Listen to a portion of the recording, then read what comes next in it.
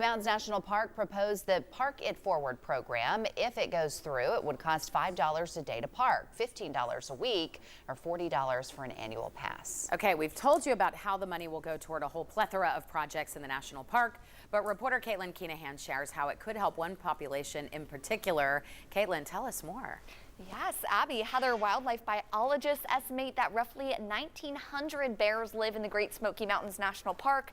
That population has been increasing over the last few decades, but so are the amount of visitors to the park, begging the question, how do these two populations continue to grow in harmony?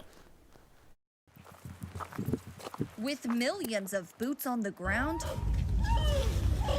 and nearly 2 bears every square mile, wildlife education in the Smokies is needed more than ever. We're trying to keep conflicts between wildlife, bears, and humans to a minimum. Jeff Hunter is the senior program manager with the National Parks Conservation Association. It's a real challenge.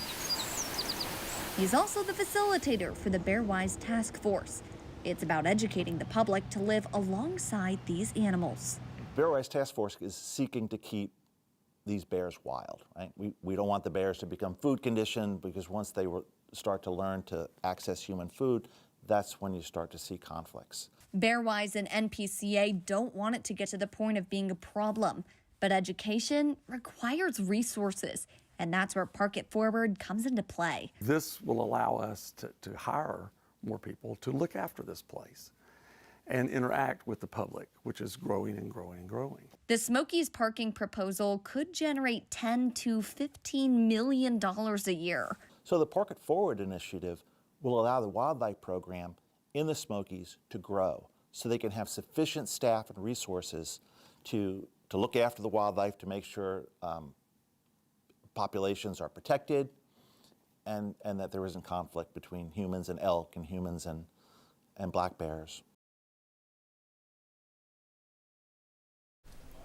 Great Smoky Mountain National Park officials say that some of the money generated from this proposal would go toward hiring more rangers and wildlife biologists. The goal is to keep park visitation growing and the bear population thriving side by side. Back to you guys.